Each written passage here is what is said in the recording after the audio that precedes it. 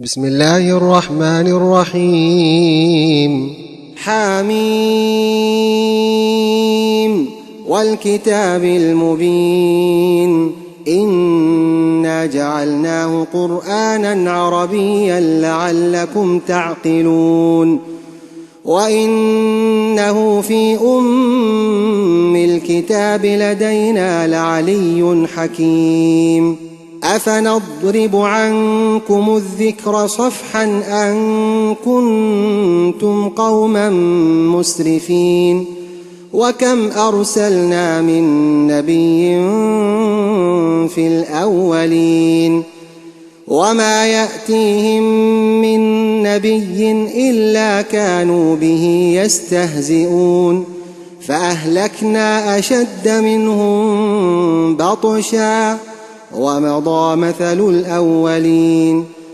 ولئن سألتهم من خلق السماوات والأرض ليقولن خلقهن العزيز العليم الذي جعل لكم الأرض مهدا وجعل لكم فيها سبلا لعلكم تهتدون والذي نزل من السماء ماء بقدر فأنشرنا به بلدة ميتا كذلك تخرجون والذي خلق الأزواج كلها وجعل لكم من الفلك والأنعام ما تركبون لتستووا على ظهوره ثم تذكروا نعمة ربكم إذا استويتم عليه وتقولوا سبحان الذي سخر لنا هذا وما كنا له مقرنين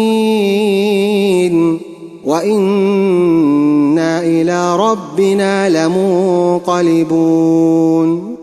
وجعلوا له من عباده جزءا إن الإنسان لكفور مبين.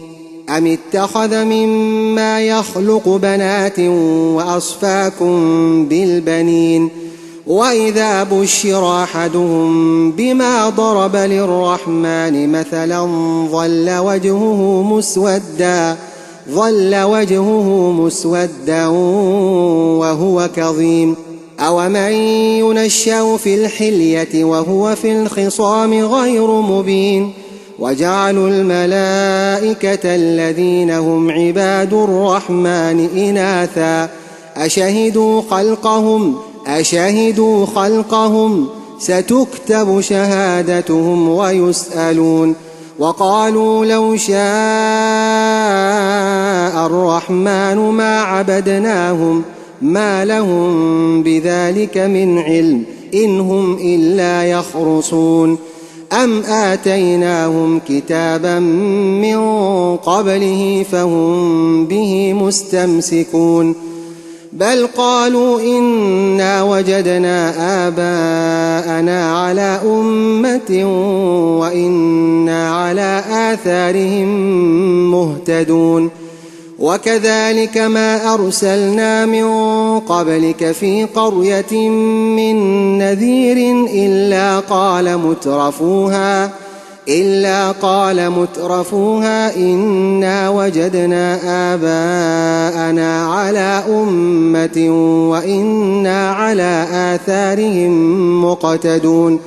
قال أولو جئتكم بأهدى مما وجدتم عليه آباءكم قالوا إنا بما أرسلتم به كافرون